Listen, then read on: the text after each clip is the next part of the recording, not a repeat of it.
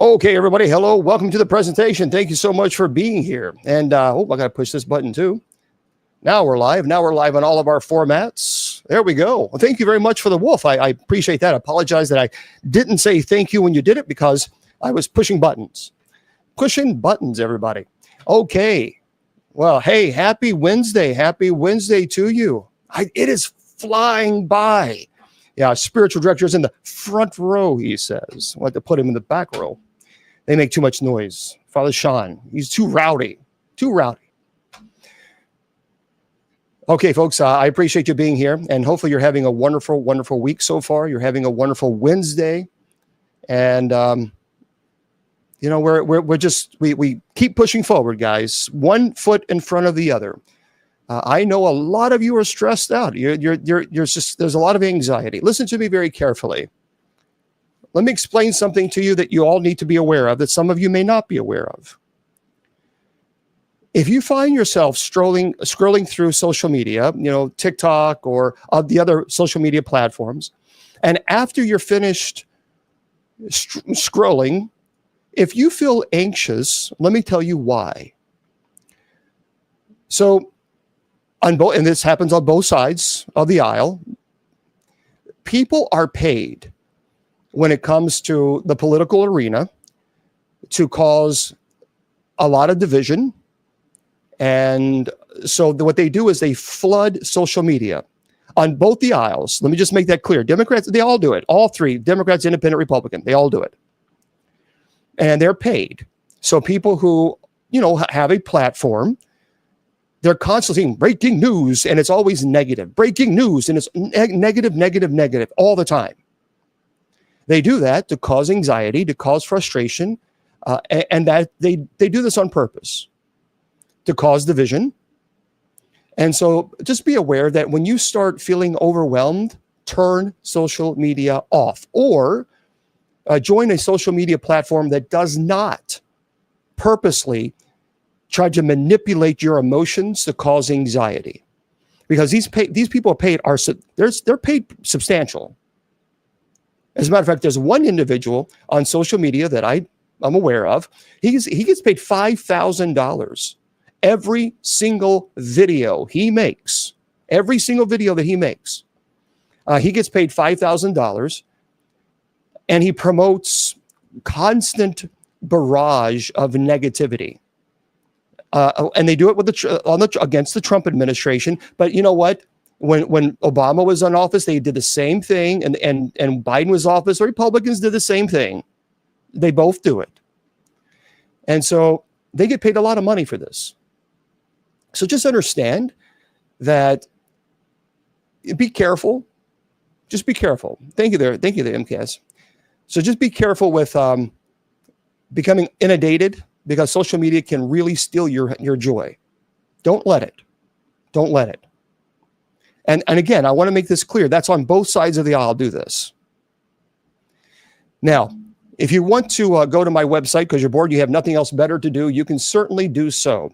And the website for you to head on over yonder is bishopjameslong.com. But before you do this, I personally would like for you to go to our sponsor's website. And for those of you who are watching this on all the other social media platforms, enjoy the video.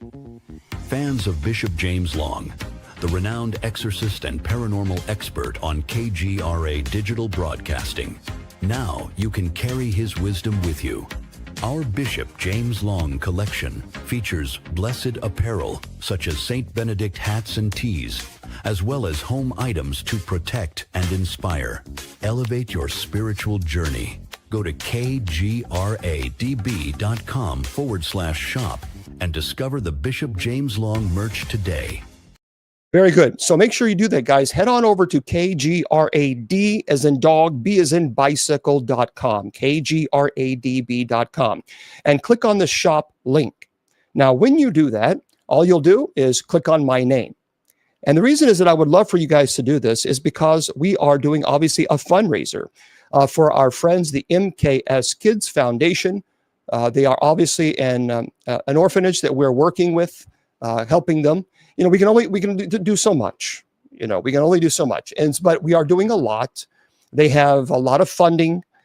We're a small community relatively. What bothers me is there are church communities that have 60,000 seat auditorium. 60,000. As a matter of fact, I know one in Louisville has a 45,000 seat auditorium, and they have, I think, 6 services on Sunday. Now, why aren't they helping? I don't understand that. Why is it? It takes our little small community, and we are relatively small.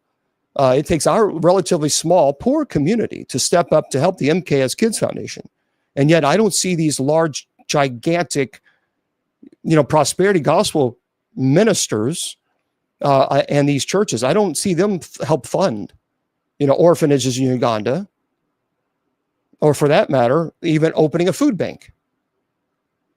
That's a problem. Perhaps maybe their 501c3 should be reviewed.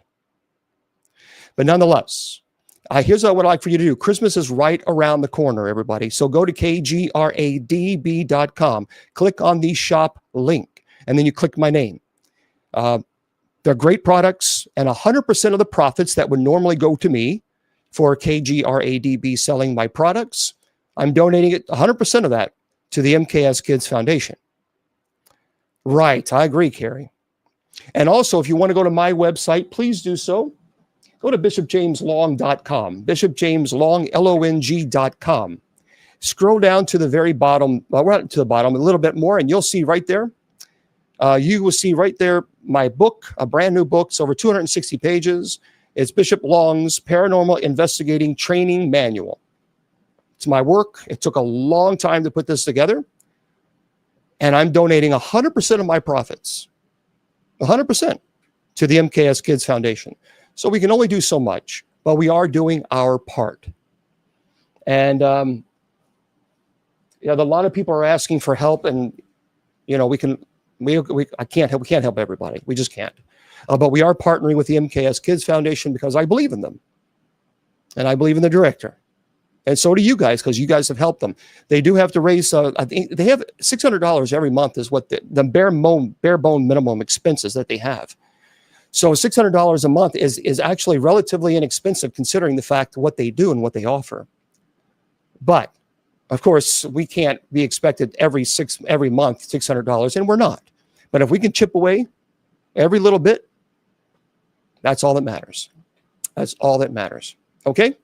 Now, if you want to go to, by the way, if you go to bishopjameslong.com and you click on the resources, there's some books there. So if you want to read some books, recommended books, I'm going to put some more theology books, but they are there as well. And then don't forget our friend Grace. Grace does beautiful icon work, beautiful. As a matter of fact, we have 2 icons. Well, you guys can't see it, but there's 2 icons here. All you guys can see. We have a St. Michael and we have the Blessed Mother. So if you would like to order an icon for someone, you might want to definitely go there. Click on the resources, and you'll see it. Just scroll down, and there's a link there. Now, if you want to go to the church's website, usocc.org, usocc.org. All right? And we have our Bible study, which we're doing now, and then we have night prayer at 10 p.m. Eastern Standard Time. Don't forget, we also have the Rosary. Rosary is prayed Monday through Saturday. And just go to usocc.org, click on the Rosary link. And there you go. And also, don't forget, our Bishop Elizabeth is praying the morning office at 3 a.m. Eastern Standard. Just go to usocc.org and click on the night prayer link and scroll all the way down. It's a lot. There's a lot. I understand there's a lot of, you got to let people know. It's called promulgate. If it's not made known, then no one will know where to go. So we promulgate it. We let it know. So anyway, that's all the information. And there we go. So let's bring in tonight our sister Tracy Ann is covering for Judy Ann, because Judy Ann is an editor and she is very busy. She's on an incredibly tight deadline. And so our sister Tracy Ann is jumping in and helping out. So hello there, Sister Tracy Ann. How are you? I am well. How are you? Well, you know what? I'm 6 feet above and 6 feet below. That's a good day. Yes. That's a good day. So life is treating you okay? Yes, it is. Good, good. So have you been partying over there, Sister Tracy Ann, like the Sister Act? No, I don't do that. You don't party on it? I didn't know because I have to work too much. Oh, well, that I understand. I understand. And of course, you do also, you and your sister do a beautiful job. You did a great job, both of you today with the rosary. So we appreciate you guys always being so faithful in our community for doing that. So thank you for that. Well, you're welcome. So are you I love ready? doing it. Are you ready for our Bible study? I am. Okay, everybody, if you want to follow along, it's very simple. Go to usocc.org, usocc.org, right, from Loyola, and then just click on the Bible study link. All right, and you'll see what today's date. And so our first reading, everybody, is Romans chapter 13, and that's verses 8 through 10. Romans chapter 13, verses 8 through 10. And again, it's all there for you guys. You don't need anything. Just go to usocc.org, click on Bible study, and click on today's date. And Sister Tracy Ann, if you could do us the honor, please, and read that reading for us. Of course. Owe nothing to anyone except to love one another. For the one who loves another has fulfilled the law. The commandments: you shall not commit adultery, you shall not kill, you shall not steal, and you shall not covet, and whatever other commandment there may be, are summed up in this saying, namely, you shall love your neighbor as yourself. Love does no evil to the neighbor. Hence, love is the fulfillment of the law. Excellent, excellent. Remember, we say unalive. I'm sorry. It's I know it's one of those things. It took me forever to figure. It's like, oh, okay. And of course, if we were at Mass, we would say the word of the Lord. So, Sister Tracy Ann, let's hear your beautiful reflection. There's a gentle silence that settles over the soul when we let these words dwell within us. Paul speaks not of a debt of gold or obligation, but of holy indebtedness. An unending call to love. It is the one debt that never diminishes, for every act of love returns to its source. To owe love is not to live in deficiency, but in divine abundance. It is to recognize that love is not ours to hoard, but God's grace flowing through us. Each person we meet becomes an invitation to let that grace move more freely. Love, then, is not a feeling to muster, but it is constant, a current to consent to. Paul reminds us the commandments are not separate stones to carry, but facets of one radiant truth. When love reigns in the heart, the law is no longer an external weight, but an interior gift that overflows without calculations of what is owed. To love our neighbor as ourselves is to see with God's vision, to perceive another not as stranger, rival, or burden, but as a mirror of the same breath of life that animates us. Love, pure and patient, does no wrong, because it cannot, as it was the very opposite of harm. And so as I contemplated these verses, I began to wonder, am I still withholding love, and do I owe compassion or forgiveness to anyone? And though my answers are personal, I have learned this.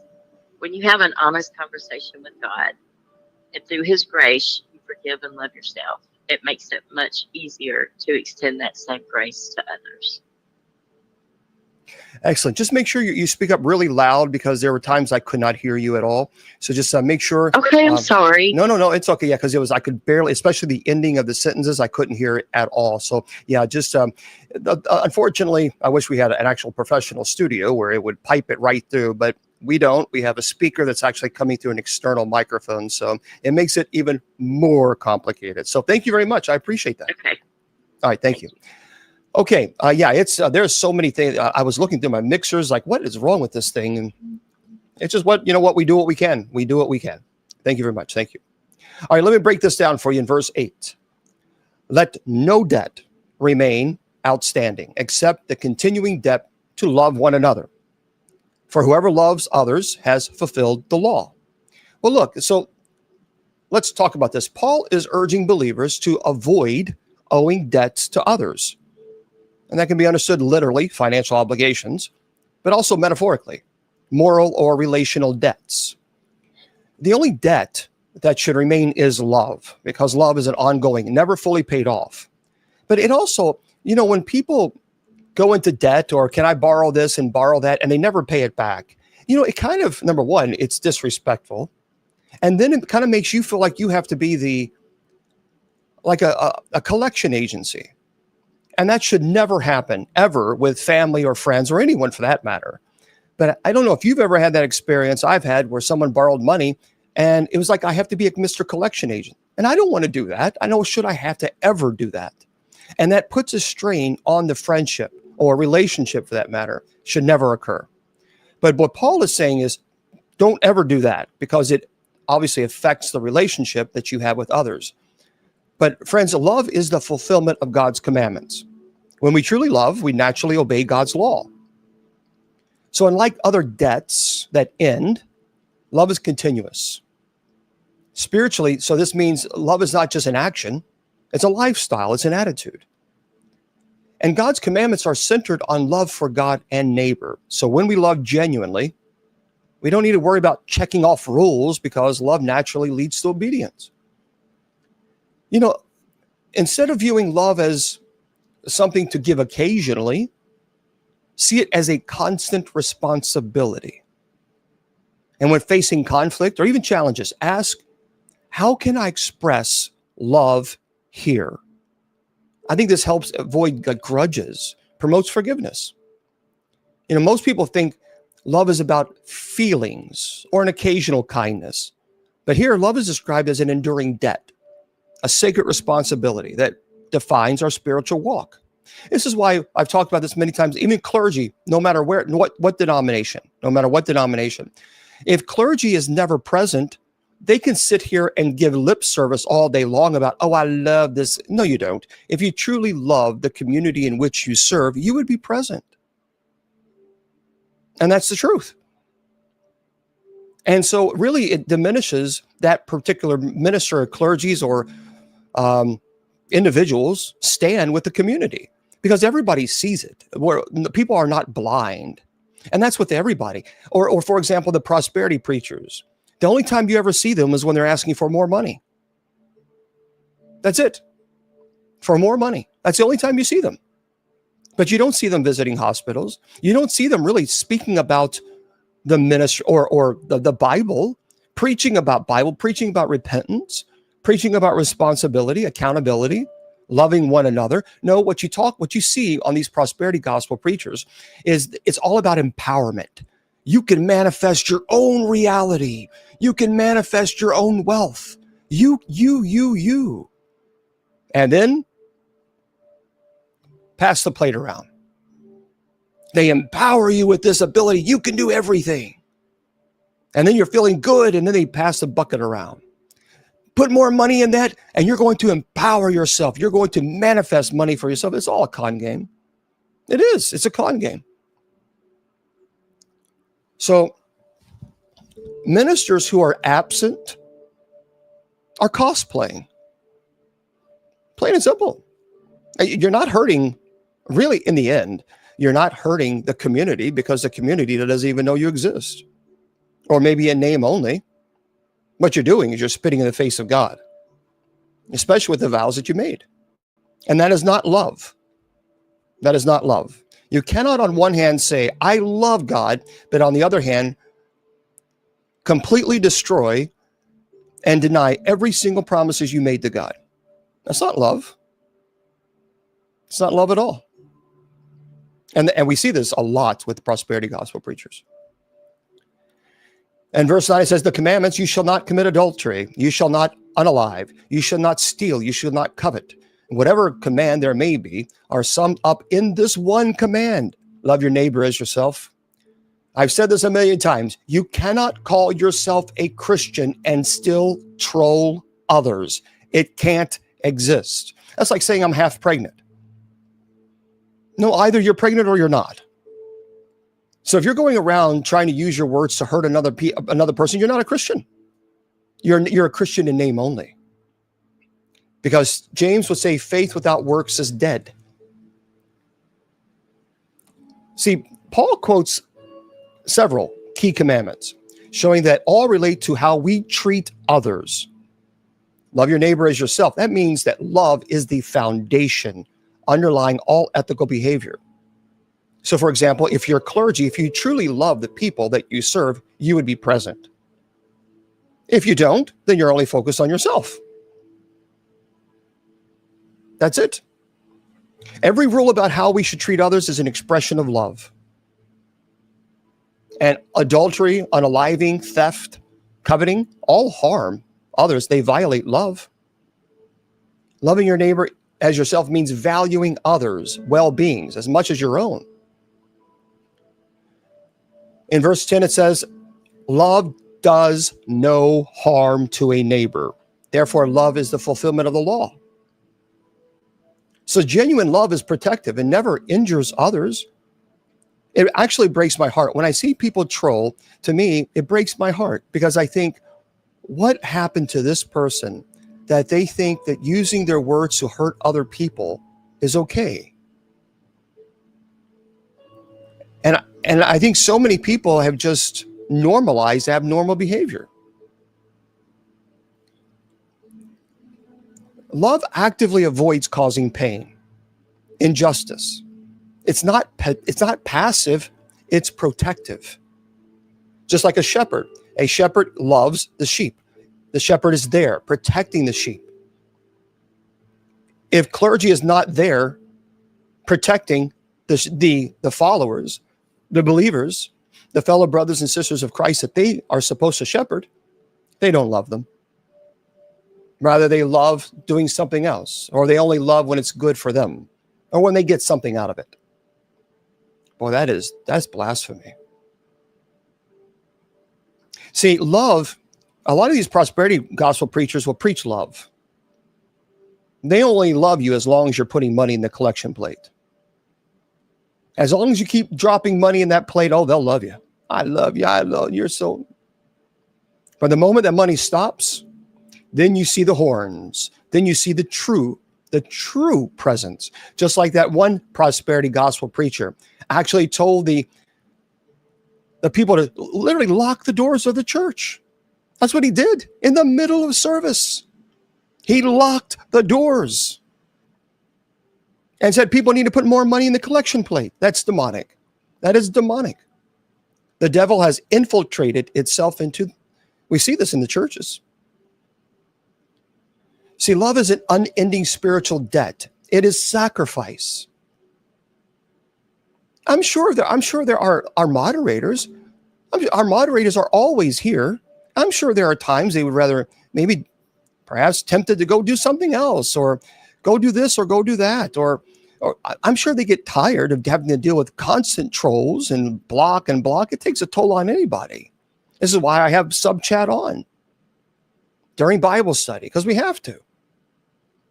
But we're here because we love this community. And you're supposed to be. If you're not, then you're clearly just demonstrating you just don't love the community. Use love as the lens through which you view all commandments and moral decisions. Remember that loving others as yourself means valuing their needs and feelings equally with your own. So let's go into a deeper theological explanation. So the readings, we don't have a long readings tonight, so we will be doing our meditation here in a moment, well, on the top of the hour. I think to understand this passage fully, let's kind of take a jog back into the world of the early church. Paul wrote this letter to the Romans at a time when the young Christian community, it was grappling with questions about how to live faithfully in a complex society. See, the Roman Empire was a place of rigid laws, social hierarchies, and harsh enforcement of order. The Jewish law, by the way, was deeply woven into the identity of many believers. So Paul's words here are part of a larger discourse on submission to authorities and the fulfilling of the law through love. Because they lived in a world that dominated by rules, some oppressive, some fair. Paul offers a radical yet simple principle, love. But what does it mean when Paul says that we owe no debt except the continuing debt of love? Friends, debt is a powerful metaphor. A debt is something we owe, something that demands repayment. Usually, we think of debts as burdens, things that we want to be free from. But Paul turns this ideal upside down by saying that the only debt worth holding on to is love, a debt that never expires and never fully paid off. And I think here is a profound spiritual paradox. Love is not a burden, it's a blessing, an eternal obligation that shapes our entire existence. It's the rhythm of the Christian life, the heartbeat that should animate our faith.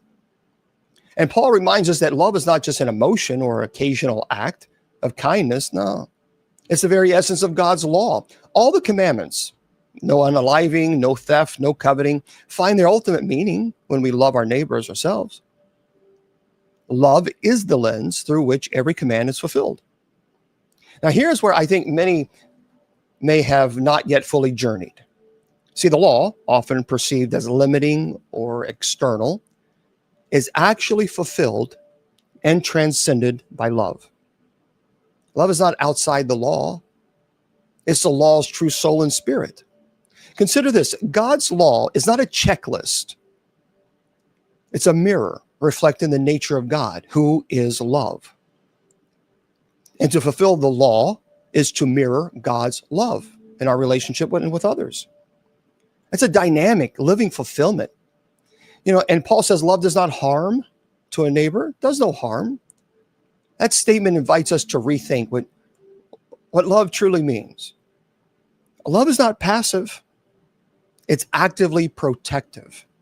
It does not merely avoid wrongdoing. It seeks the flourishing of the other. In every act and decision, love asks, will this build up or tear down? Will this bring life or harm? We may think of love as a warm feelings or nice gesture, but here love is a moral force that refuses to allow harm, injustice, even neglect. It is a fierce commitment to the well-being of others. See, we live in a culture that prizes freedom, individualism, egoism, often transactional relationship. I'll do something good for you if you do something good for me. But Paul calls us to embrace an endless debt, love, that shapes and transforms every part of our lives. That's why you can't go around and condemning people to hell because you don't like that particular person or individuals. That's not love. And don't say you're some type of judgment that you're trying to help them. No, you can't on one hand say, oh, I love you, and then condemn them to hell on the same time. I'm sorry, it doesn't work. There's no love in that.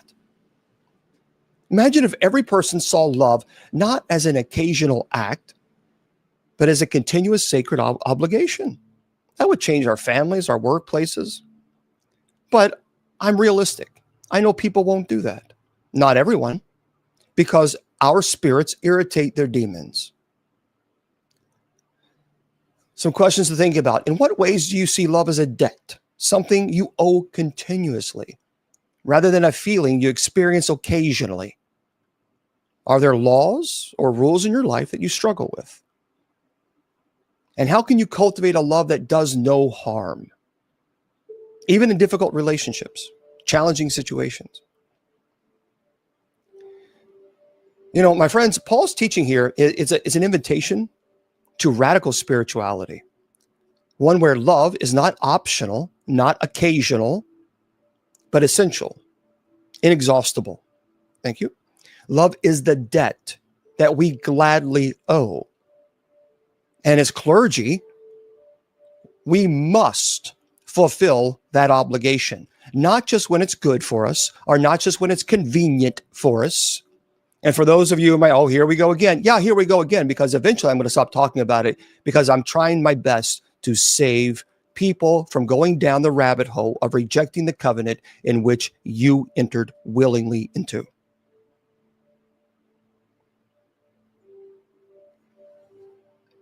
See, love is the debt that we gladly owe one another. And I'm not talking about just clergy. I'm just talking about in general. We should love our neighbor, all of us. and the law we joyfully fulfill, and the power that transformed our relationships, communities, ultimately ourselves. See, when we embrace this divine debt of love, allowing it to shape our hearts and actions each day, we become living reflections of the God who is love. And that, to me, is the ultimate goal.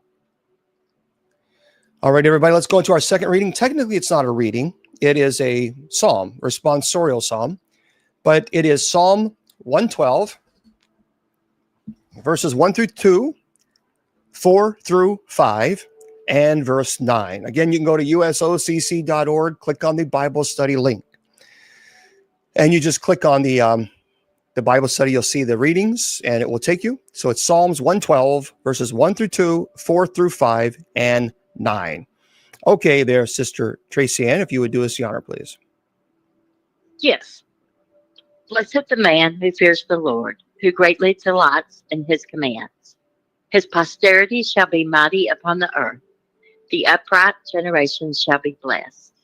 He dawns through the darkness, a light for the upright. He is gracious and merciful and just. Well for the man who is gracious and lends, who conducts his affairs with justice. Lavishly he gives to the poor. His generosity shall endure forever. His horn shall be exalted in glory. Excellent. And of course, we would not say the word of the Lord on this because it is not a reading.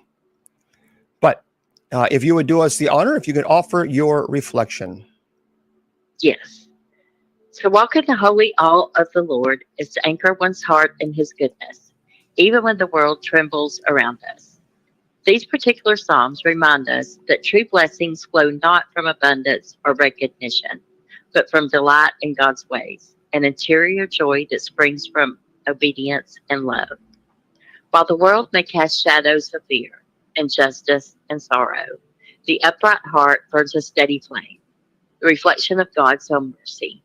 It is not a light earned, but a light given, a gift that reveals that righteousness and compassion are never separate paths, but one and the same. Generosity becomes the natural language of the just. They do not clutch their blessings, but scatter them freely, trusting that what is sown in love will never be lost. Their legacy is not measured in possessions or praise, but in the quiet ripples of goodness that move outward, blessing the children, blessing communities, and generations yet unborn. The psalm's closing image is one of triumph. His horn shall be exalted in glory. This is the dignity of a life aligned with divine love, a life that gives, forgives, and trusts. To live this way is to let God's light shine through us until our very being becomes praise. So may we too find delight in his commands, walk graciously in the light of his justice, and scatter mercy as freely as he scatters grace upon us. Very good. Thank you very much. I appreciate your reflection. Thank you. You're welcome. All right, let's go break this down for you guys. Verse 1, praise the Lord, and blessed is the man who fears the Lord, who greatly delights in his commandments. So look, the verse opens with a call to praise, reminding us that all spiritual blessings begin with honoring God. The key word here is fears the Lord. Again, in biblical language means having deep reverence, awe, respect for God. It's not about being scared. It's about recognizing God's holiness and authority. The man who greatly delights in his commandments, well, that's someone who finds joy, not in obligation, but in living according to God's will. This delight transforms obedience from a chore into a source of life and happiness. See, obedience can feel restrictive, and the verse teaches us to cultivate reverence for God, find joy in his guidance. When we shift from seeing God's rules as burdens to seeing them as a path to flourishing, I think our spirituality opens. So ask yourself, do you truly revere God in your hearts? Do you find joy in following in his ways, or do you see them as mere duties? In verse 2, it says, his offspring will be mighty in the land. The generation of the upright will be blessed. So basically, this verse speaks about legacy. The blessings that extend beyond one's own life. And offspring here can mean children or even spiritual descendants, those influenced by the righteous person's path of faith and example. So the verse promises strength and blessing, not only for the individual, but for future generations. So spiritually, friends, this reminds us that our faithfulness impacts more than just ourselves. It builds a foundation for others. So in today's terms, our actions ripple outward. Our integrity, kindness, faith inspires and blesses our families, our communities, even strangers. So how is your spiritual life influencing others around you, or is it? What legacy of faith are you building? In verse 4, light dawns in the darkness for the upright. He is gracious, merciful, and righteous. So here the psalmist highlights a beautiful reality. Even in dark or difficult times, the upright person experiences God's light. It's a symbol of hope, guidance, clarity. The qualities of being gracious, merciful, and righteous describe the character that God cultivates in the upright. I think this verse encourages us that no matter how dark our circumstances are, God's presence brings light. Practicing grace and mercy, not only as recipients, but also as givers. We reflect God's nature, strengthens our spiritual path. It also reminds us that righteousness isn't harsh. It's not judgmental. So when you face challenges, do you seek God's light and mirror his mercy to others? In verse 5, it says, "It is well with the man who deals generously and lends, who conducts his affairs with justice." All right, so generosity and justice, they're highlighted here as hallmarks of the blessed person. This verse teaches that spiritual well-being is closely tied to how we treat others, especially in generosity and fairness. Lending here symbolizes trust, willingness to support others without selfishness. So in our world, it calls us to practice generosity, not with just money, but with time, attention, kindness, to ensure fairness in our relationships and dealings. True spirituality is not isolated. It radiates in just and generous living. And reflect on your daily interactions. Do you act justly and generously? How does your spirituality influence your treatment of others? Our moderators, appreciate them very much. They're constantly giving of their time. You guys are giving of your time. And verse 9, "And he has distributed freely, but he has given to the poor. His righteousness endures forever. His horn is exalted in honor." Let me explain this one. The verse emphasizes the blessing of generosity, particularly toward those in need. And his horn is exalted. It's a metaphor for strength and honor. The righteous person's generosity leads to lasting spiritual honor and legacy.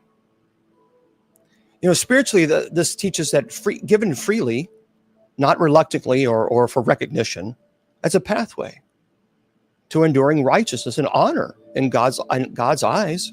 Our generosity is not merely a social good. It's a spiritual act that aligns us with God's own heart. So ask yourself, are you giving? Is it motivated by genuine compassion? And how can you cultivate a spirit of open-handedness that honors God and uplifts others? I say this all the time. If you ever want to experience God's presence, do something good for someone. Expect nothing in return. But you can't always be the receiver of those good things. You have to give back. Because we all know those people that constantly take and take and take. And it's never enough. No matter how much you give, it's always give me more, give me more. That's exhausting. Because eventually people will say, now, wait. Now, what are you doing in return? Let's go into a deeper theological explanation. So this song, it's a song of blessing. It's a blessing that's rooted deeply in reverence for God and expressed in upright living. But let's step back into the historical and cultural context. So this psalm, it was composed in an era when life was uncertain, when, the rhythms of nature, stability of community, security of one's livelihood, they were fragile, often threatened, very much like it is today. And the fear of the Lord, remember, it's not an abstract idea. It was the foundation of survival, the anchor in chaotic times. To fear God meant to acknowledge the ultimate authority of the divine in all aspects of life, from personal conduct to communal justice. It was an invitation to live aligned with a cosmic order that transcends human whims. But the psalm does not depict fear as a paralyzing or oppressive thing. Instead, it presents fear as the portal of blessing. So it is the gateway to a life that's marked by integrity and generosity and justice. The person who fears God is described as the one who greatly delights in God's commandments. It's a phrase that reveals profound truth, spiritual obedience. Not because of burdensome rules. If you truly are deeply in love with God, then you'd want to follow God's rules. You don't see them as burdensome. Imagine that, to delight in commandments. Well, it transforms law into love, duty into delight, and obligation into opportunity. But let's go into a deeper theological currents beneath this reading. So Psalm 112 beautifully intertwines individual spirituality with communal flourishing. It's not a spirituality of isolation. It's one of interconnected destiny. So the offspring or generation blessed by the upright person is a reminder that our faithfulness does not merely affect ourselves. It echoes through time and space, shaping the spiritual DNA of our families, our friends, communities. Great. Our lives are threads in a vast world that's, held by God's providence, and our choices contributed to the pattern. But here's a theological insight I think that often escapes notice. The psalmist portrays the righteous not only as recipients of blessing, but as agents of divine light and darkness. See, light dawns in the darkness for the upright, it says. That's a profound metaphor for spiritual illumination. It transcends our external circumstances. Why? Because it suggests that righteousness is a kind of spiritual radiance. It pierces through the shadow of fear, despair, confusion. So the upright person is not merely morally good, but is a bearer of God's light, gracious, merciful, just, that we're all called to be. This light's not something we manufacture by our own efforts. It's a gift from God that shines through a life that's lived in alignment with God's truth. This leads us to a subtle but revolutionary idea. Righteousness is not legalism. It is grace in motion. It is through grace that we are empowered to be merciful and just, to deal generously, to lend freely, to conduct ourselves with integrity. See, our spirituality there, it's not about self-righteousness. It's about participating in God's mercy and justice. And then another deep theological reflection emerges when we consider the linkage between generosity and righteousness. See, the psalmist explicitly connects the well-being of a person with their willingness to give freely and act justly. This is where true wealth is measured by what we give away, not by what we accumulate. And the horn, exalted in honor, symbolizes strength and dignity that comes not from power or possession, but from a life characterized by open-handed generosity, steadfast justice. If you think about all the wonderful people that has lived throughout the time period of life, one thing that you will always see about every one of them is their generosity. And I'm not talking about monetary, just of them being generous, not only with their finances, but also with their time, with their talents. See, I think this perspective challenges modern notion of success and even security. It should ask all of us, I think, to reconsider Where do we find true honor and strength? In our possessions, status, how many people follow us, or in the character we cultivate through generosity and righteousness? People don't care how much you know until they know how much you care. And the psalmist's answer, I think, is clear. The honor that endures forever is found in a life lived for others. Because when you do that, you're in harmony with God's will. So what does that mean for us today? Well, living in a world that often is marked by uncertainty, division, materialism, it means that the path of true blessing begins with a reverent and joyful relationship with God. It means that our spiritual lives are not private, isolated endeavors, but they have real consequences for those around us, for generations yet to come. It means that even in the darkest times, the light of God's righteousness can shine through us, illuminating paths of mercy and justice and generosity. Be the reason that someone still believes in hope. You can do this. You can be the reason that someone still believes in hope. And you can't be that reason if you're never there, if you're never present. That is a powerful gift that you can give, hope. Because a lot of people right now are in despair. I ask you to reflect on these questions. Do you truly fear the Lord in the biblical sense of reverence that shapes your heart and actions? Can you find joy in living according to God's commandments, even when they challenge you? And this is an important question. How has your faith influenced those around you, your family, your community, strangers? Don't tell me you're a Christian. Show me you're a Christian. And you do this not by judging, not by condemning, not by hating, not by calling it righteous judgment when you're condemning people to hell. No, that's not Christianity. Christianity is sacrifice. It is love. It is commitment. It is serving others, being willing to be last. And in what ways are you allowing God's light to shine through your life in times of darkness? Friends, these are not just pie in the sky things that I'm talking about. These are things that I try to live by every single day of my life, because I have lived the life of materialism. I have lived the life of climbing the corporate ladder.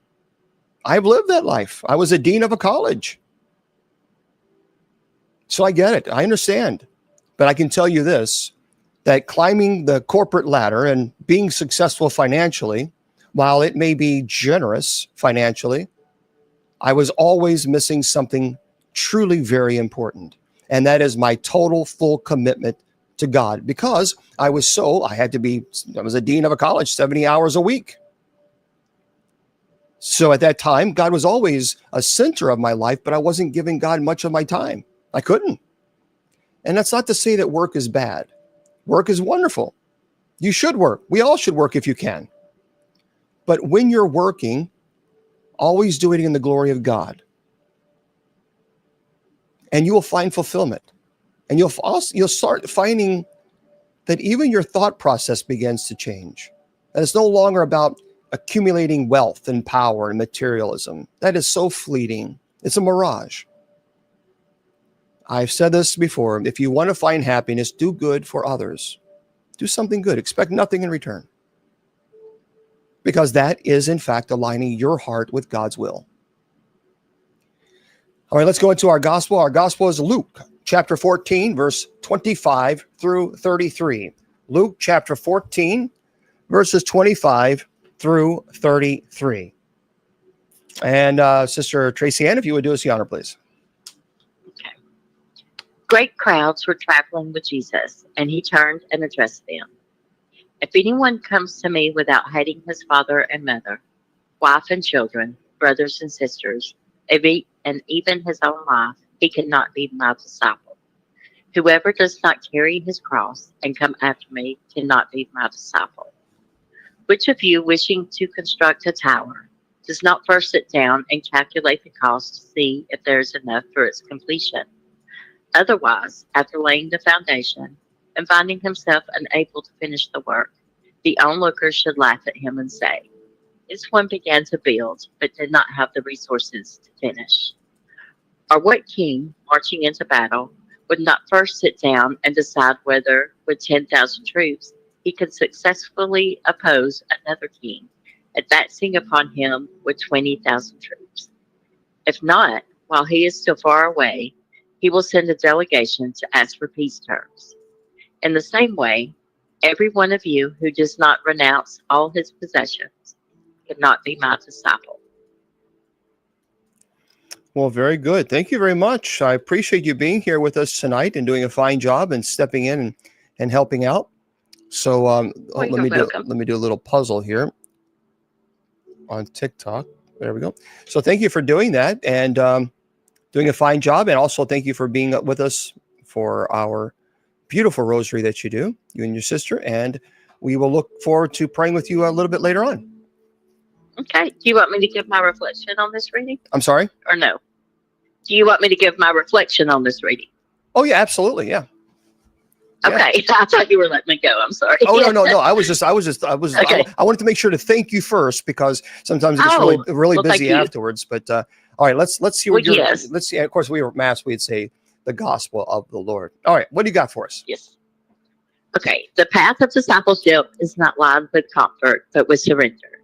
In this passage, Jesus turns to the great crowd following him and speaks words that pierce the illusion of easy faith. He asks not for half-hearted admiration, but for hearts wholly given, hearts willing to let go of all else to walk with him. Whoever does not carry his own cross and come after me cannot be my disciple. These words are not meant to frighten, but to awaken. The cross is not only suffering, it is the daily choice of love when it costs us, to forgive when it wounds our pride, and to trust when the world says otherwise. It is the letting go of self, the emptying that makes room for divine fullness. Jesus invites us to count the cost, to pause and to see that following him is not a casual ascent, but a lifelong covenant. Like the builder who plans before laying a foundation, we are called to weigh our attachments, our comforts, and our fears. True discipleship demands a heart undivided. It is not about despising family or possessions, but about loving God so fully that all other loves finds their rightful place within his. When Christ becomes the center, everything else radiates outward with new meaning. This passage calls us to examine what still holds us back from the freedom of total surrender. What do we cling to and are afraid to lose? And what peace might come if we let it go? Following Jesus to the cross is not about loss, but transformation. And what we surrender in love, he fills with grace. What we release, he redeems. And in the end, when nothing remains but him, we discover that he is enough and always has been. Very, very well said. Thank you very much. We appreciate your reflections. And thank you for being here. Thank you very much. You're welcome. Thank you. It was my honor. Have a good night. You too. All right, everybody. That was our sister Tracy Ann doing a fine job. Appreciate that.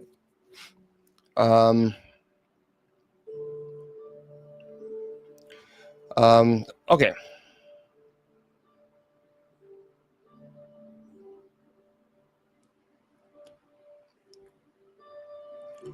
There we go. All right. So let me just explain this. Because there's a lot of confusion about this. Verse 25, now great crowds were traveling with Jesus, and turning to them, he said. So Jesus begins by addressing a large group that's following him. And many were attracted to Jesus because of his miracles, teachings, hopes for political change. But here Jesus prepares them for a deeper, more challenging message. In our spiritual journeys, it's easy to be drawn to faith because of blessings or community. Yet Jesus reminds us that following him is not about just being a part of a crowd or enjoying benefits. It requires personal decision and commitment. We must ask ourselves, are you following Jesus because of convenience Or are you ready for the true cost of discipleship? How many times have I said, it is, if it's important, you'll make it a priority. If it's not, you'll make an excuse. Verse 26, if anyone comes to me and does not hate father and mother, wife and children, brothers and sisters, yet even their own life, such a person cannot be my disciple. Now, people say, now, wait a minute. Now, that goes too far. Gee, why would Jesus say to hate his mom and your mother and father when the commandment, 10 Commandments says, honor thy father and mother? Because the word hate in this verse is a Hebrew and Greek idiom. It's used to express preference or priority, not literal hatred. So in ancient Jewish culture and language, hate was often used to compare choices, to indicate a lesser degree of love or favor. So Jesus is emphasizing that following him must become the top priority in a person's life. So if your love or loyalty to Jesus is lesser than your love to, for family or even your own life, then you are not truly committed, Jesus is saying. Jesus must be first. If Jesus is truly first in your life, you'll make Jesus a priority. If it's not, you'll make an excuse. The language might sound harsh. Jesus isn't telling us to despise or reject our family. Instead, he is saying your commitment to Jesus should be so strong that your love for him surpasses all other loyalties. So if you look at the translation itself, it actually means love less or place behind. So in other words, it reads, your love and allegiance for me should be greater than your love for anyone or anything else. That's how it literally reads. So understand, he's not talking about hating people, literally hating people. It's saying that he must be first, period. That's it. In verse 27, and whoever does not carry their cross and follow me cannot be my disciple. So carrying one's cross symbolizes accepting suffering, sacrifice, self-denial. Jesus himself would soon carry a cross to his death, and his followers must be prepared for hardships as part of discipleship. See, spiritual life is not always easy. It's not always comfortable. Following Jesus involves embracing challenges and sacrificing. Stop making excuses. Sacrificing. Jesus must be first in your life, not second. Jesus must be the center of your life, not a part of your week. And that teaches us to persevere through trials, understanding that spiritual growth often comes through difficulties. So if you're going to say, I'm a Christian, are you ready to accept the crosses in your life as part of following Jesus, rather than avoiding or resenting them? In verse 28, suppose one of you wants to build a tower. Won't you first sit down and estimate the cost to see if you have enough money to complete it? Jesus is using a practical example to illustrate the necessity of counting the cost before making a serious commitment. Building a tower requires planning, resources, determination. Spiritually, this encourages us to be thoughtful, intentional about our faith commitment. It's not a casual or impulsive decision. We need to consider what following Jesus entails: times, lifestyle changes, moral decisions. Be ready to embrace these costs fully. In verse 29, otherwise, when you lay the foundation and are not able to finish it, everyone who sees it will ridicule you. Starting something with the ability or will to finish leads to shame or failure. So in discipleship, half-heartedness results not only in personal failure, but can also damage the witness of faith. This warns us against superficial or temporary commitments to God. If you're committed to God when it's good, or when it's good for you or beneficial to you, well, people will see this. They will see it. You can't hide it. We must be sincere and steadfast to avoid spiritual failure. And this poses a question: are you truly committed to the end, or do you risk abandoning your faith when it becomes too difficult? In verse 30, saying, this person began to build and wasn't able to finish. This is the voice of the world's judgment on unfinished commitments.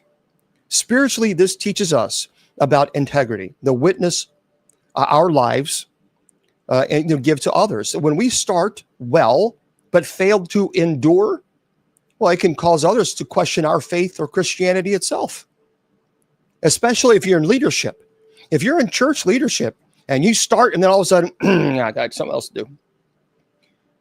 You are leading people on the wrong path, and you will be held to an account for that. Verse 31, or suppose a king is about to go to war against another king. Won't he first sit down and consider whether he is able with 10,000 men to oppose the one coming against him with 20,000? Jesus gives another example, focusing on strategic assessment. A wiser leader evaluates the odds and resources before committing to the battle. Spiritually, this means that we need wisdom and realistic self-awareness about the spiritual challenges we face and the resources God gives us. Prayer, scripture, community, grace. Are we preparing ourselves adequately for the spiritual battles ahead? Because if you're going to call yourself a Christian, you need to pick up your cross and carry it and know that the devil is going to push and it's going to cause as many obstacles in your way. Verse 32, if he is not able, he will send a delegation while the other is still a long way off and will ask for terms of peace. Well, Jesus said, this shows prudence. Knowing when to negotiate or seek help, it's about discernment and avoiding pointless ruin. Spiritually, it reminds us that discipleship doesn't mean reckless zeal, but wise engagement. Sometimes we must seek God's guidance, support from others, step back to gain strength. In verse 33, in the same way, those of you who do not give up everything, everything you have, you cannot be my disciple. So this is it. It's a complete, total surrender to Jesus. No more excuses. Jesus calls for a radical detachment from worldly possessions, excuses, comforts, and security. It's about trusting God fully, not being tied down by material or selfish attachments. We live in a very consumer-driven society. It challenges us deeply. Spiritually, it means cultivating generosity, simplicity, and trusting God's provision. So we have to all ask ourselves, what are we holding on to that keeps you from fully committing to Jesus? Are you willing to surrender your possessions, status, or control to live freely? I'm not saying go homeless, but you cannot be attached to worldly possessions and focus on that and give fully to Christ, one or the other. Are you about worldly possessions or are you about Christ? That is what Jesus is saying in this reading. If you're going to commit, you must commit to him fully. You must not be lukewarm. Lukewarm, in the Revelation, says he vomits them out of his mouth. Now let's go into a deeper theological explanation in this. I think to appreciate Jesus' words fully, we have to first place ourselves in the world of first century Palestine. So Jesus spoke these words in a culture where family ties were paramount. See, your family was your social safety net, your identity, your security. To hate one's family, as Jesus says, that was a shocking phrase. Again, seemingly almost contradictory to everything listeners would have held dear. But again, he's using this language deliberately. He's not calling us to literally hate. The family, the very heart of social life, must not rival the loyalty owed to God. That was revolutionary. Because in Jesus' time, in a society where family allegiance was often absolute, Jesus invites his followers to place God first, even above closest relationships. And the image of carrying one's cross would have been vivid and grim. Remember, crucifixion is a brutal method of execution imposed by Rome. It was reserved for the lowest criminals. To carry your cross meant embracing suffering and shame, even death, for the sake of following Jesus. This was not a casual belief. It was a costly, lifelong commitment. At the very heart of the passage lies a paradox. To gain true life, we must be willing to lose our life. It's a mystery. It invites us into a profound theological reflection. We tend to think of gain as an acquisition, more possession, more comfort, more recognition. Jesus turns this on the head. The gain he promises is not material, but eternal. Life in its fullness. unshackled from the transient things that often enslave us. This loss Jesus speaks of is not a punishment, but a necessary purification. The loss of false attachments, the shedding of illusions, that we can find ultimate security in anything other than God. It's a spiritual stripping away, if you will, allowing the true self made in God's image to emerge. Discipleship is not primarily about what we do for God, but about what God does in us as we surrender everything to him. It's a process, transformation, where our hearts are reoriented from self-centeredness toward God-centeredness. The cross that we carry is the instrument through which God chisels away the old, the false self, revealing the new creation. And another profound truth lies hidden in what seems like harsh demands to hate family. Again, it's misunderstood. We've talked about this. Jesus also urges us to count the cost before committing to discipleship. He compares it to building a tower or a king preparing for battle. It's not a reckless call to abandonment or abandon our lives blindly. It's a sober invitation to deliberate commitment. Either you commit or you don't. Spiritual life requires wisdom and perseverance. It's about a momentary burst. It's not about a momentary burst of enthusiasm and then fizzle away. No, it's a lifelong journey of faithful endurance. Here's the question that we should all ask ourselves. Are we prepared to follow Jesus through the challenges, the sacrifices, the hardships that will come? Or are we seeking a faith that fits comfortably with our existing lives and desires?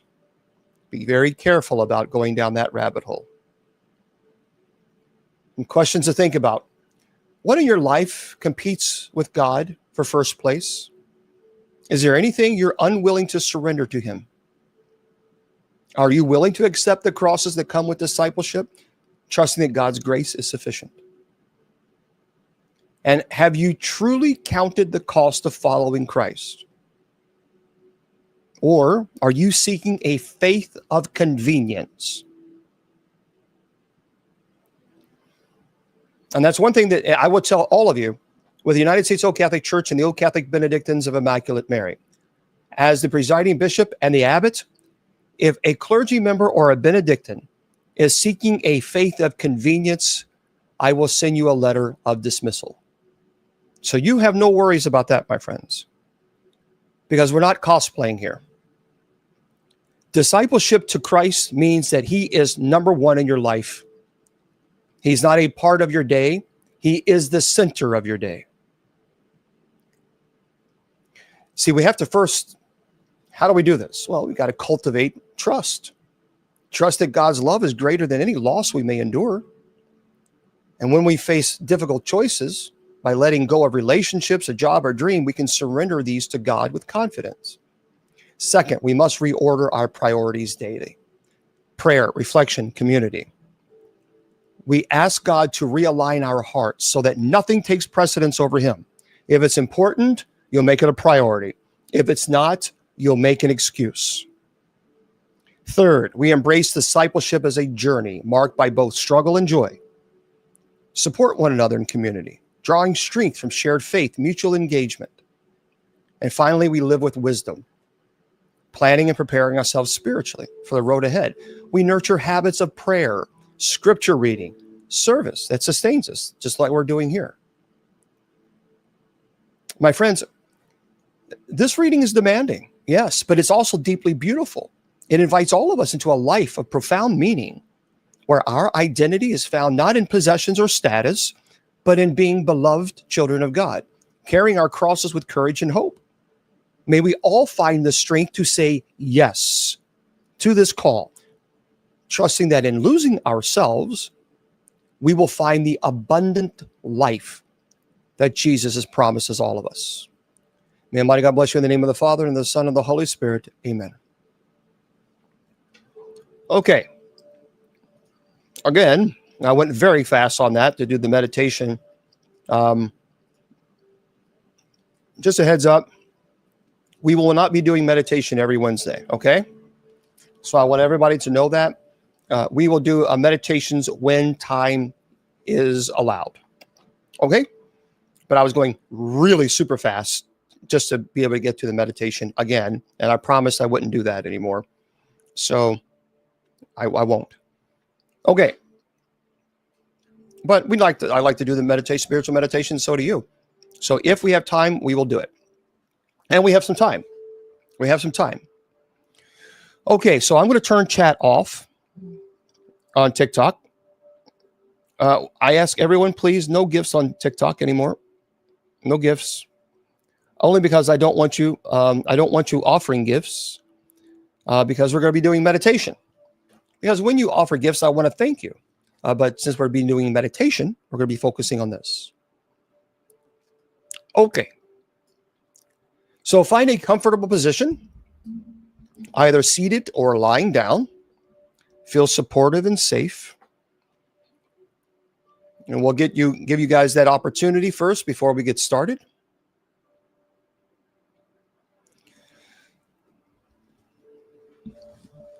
Some people were asking me, can you just kind of go slower before you start? But I can, the time is ticking, so. Okay. Now that you're in a comfortable position, gently close your eyes. Take a slow, deep breath in through your nose and exhale softly through your mouth. Allowing your breathing to become slow, steady, and natural.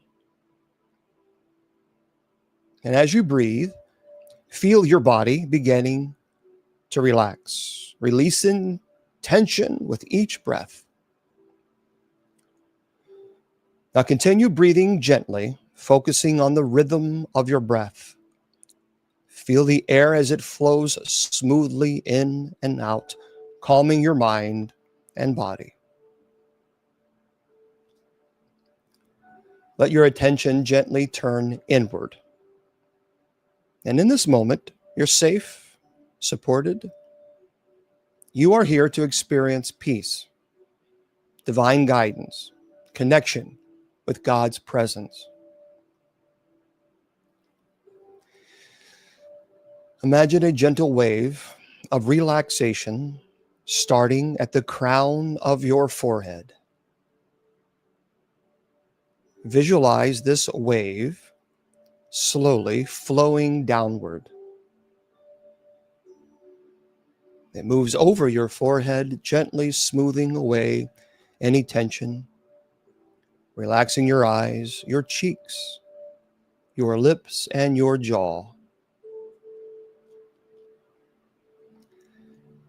Feel this wave flow down your neck, relaxing your shoulders. So heavy, so relaxed. It moves down your arms into your hands, releasing any tightness or tension. Now this calming wave continues into your chest and back, softening your muscles. Moving into your stomach, your hips, legs, and feet, sinking deeply into a peaceful calm. With each exhale, feel yourself releasing more tension. With each inhale, draw in calm, peaceful energy. Allow yourself to settle into this relaxed, receptive state and feel how supported you are. I will now count down from 10 to 0. With each number, you will drift further into a peaceful, safe, receptive state. 10. Your body sinks even deeper now. 9. Relaxed and peaceful. 8. Feeling calm, safe, comfortable. 7. Floating into a restful state. 6, more deeply relaxed than before. 5, halfway there in a serene, calming space. 4, relaxed beyond words. 3, drifting peacefully. 2, almost asleep yet aware. 1, in perfect calm. 0, feeling fully relaxed, calm, receptive, and open to God's guidance. Imagine now that you are standing at the entrance to a beautiful sacred place, your spiritual, special place. It might be a quiet garden, beautiful lakeside, a peaceful forest, or any place where you feel close to God. Feel the ground beneath your feet supportive and strong. Notice the scents, the sound, perhaps birds singing, leaves rustling, gentle water. Feel the divine presence surrounding this sacred space and filled with love and peace. Begin walking slowly along a gentle path in this sacred place.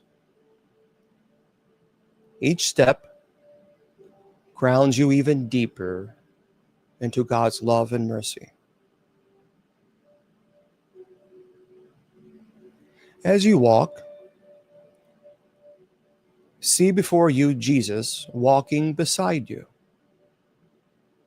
He smiles kindly, his eyes full of compassion and love. Feel his presence calming your heart, your anxieties, reassuring that you are safe and cherished.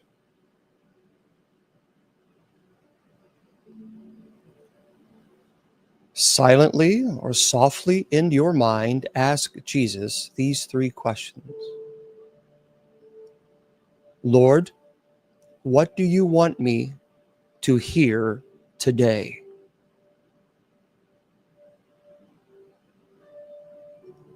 How can I experience your peace more fully? What message do you have for me right now? And the first question, Lord, what do you want me to hear today? How can I experience your peace more fully? What message do you have for me right now? Allow any impressions, feelings, or words to come naturally.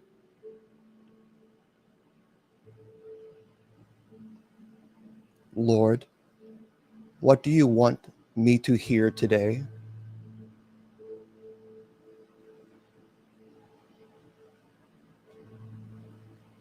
How can I experience your peace more fully?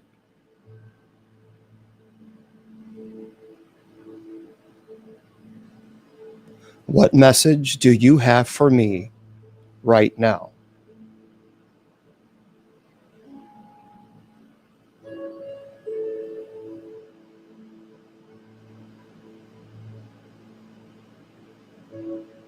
Trust that his love is nourishing you right now, strengthening your faith. Visualize his love flowing into your heart, filling you with divine peace, hope, and purpose. And feel God's love radiating through your entire being. Lord, what do you want me to hear today? How can I experience your peace more fully? What message do you have for me right now? Take your time here. Breathe in deeply.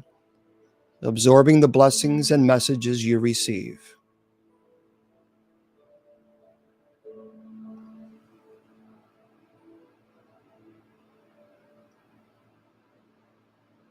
Know that you are walking with Christ, guided by his love, protected by his grace.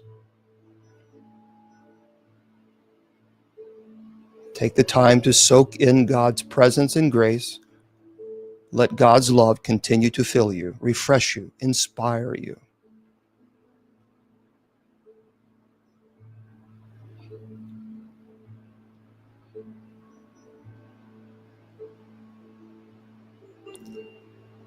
What is he saying to you? Lord, what do you want me to hear today? How can I experience your peace more fully?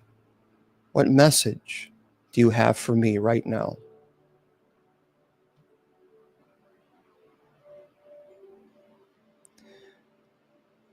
Imagine now that the Holy Spirit is softly whispering words of comfort, encouragement, guidance into your heart. Feel the divine love flowing, bringing clarity and peace.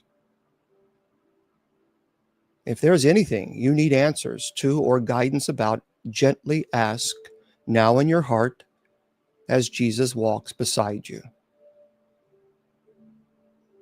Whatever questions that you have, now is the time to ask.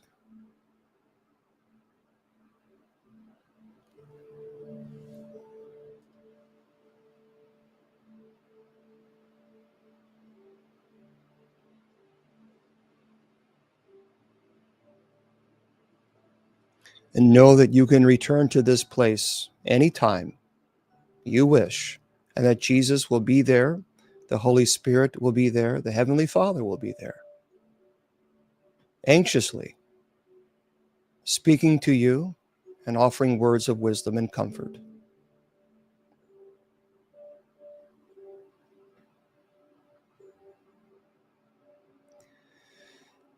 But it's now time to begin returning from this sacred place. Know that the peace and love and insight you have received stay with you.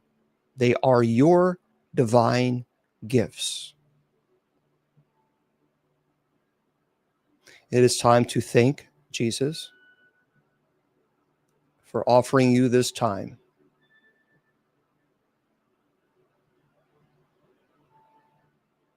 If you wish to hug him, embrace him, kiss him on his cheek, kiss his feet, kiss his hands, whatever it is that you need to do to show appreciation for this time.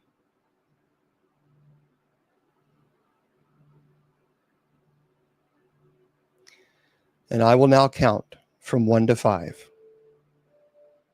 With each number, you'll become more aware of your surroundings, more awake, feeling renewed and energized. 1. Energy begins returning to your body. 2. Becoming more aware of the room around you. 3. Feeling refreshed and alert. 4. Bringing back all the positive feelings and wisdom that you have received in this meditation. 5. Eyes open, fully awake, calm, and inspired. And take a moment to notice how you feel. Breathe deeply, carry the peace within you, and remember that God's presence is always near. You can always return to this location any moment. And know that He is always there, willing to guide you. All right, so let's go ahead and turn this off for everybody, see how long that'll last. I'm going to go ahead and say goodnight to you guys who are listening to this on podcast.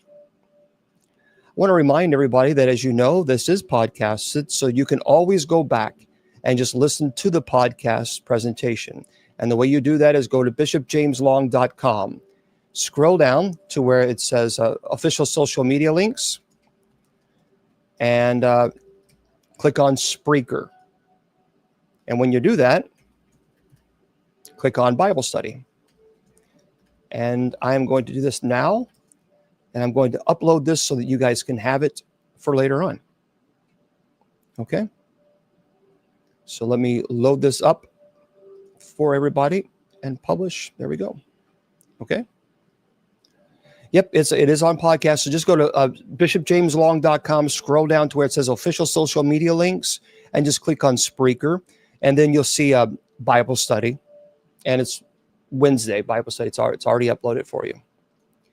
All right, for everybody, we're going to have night prayer coming up at the top of the hour. Don't forget, we'll be praying night prayer. Please join us. And for all those that are watching on all the other social media platforms, remember, I tell you, your value does not decrease based on someone's inability or refusal to see your worth. You are priceless. And don't let anybody tell you or convince you otherwise. Hopefully, we'll see you tonight for night prayer. God bless.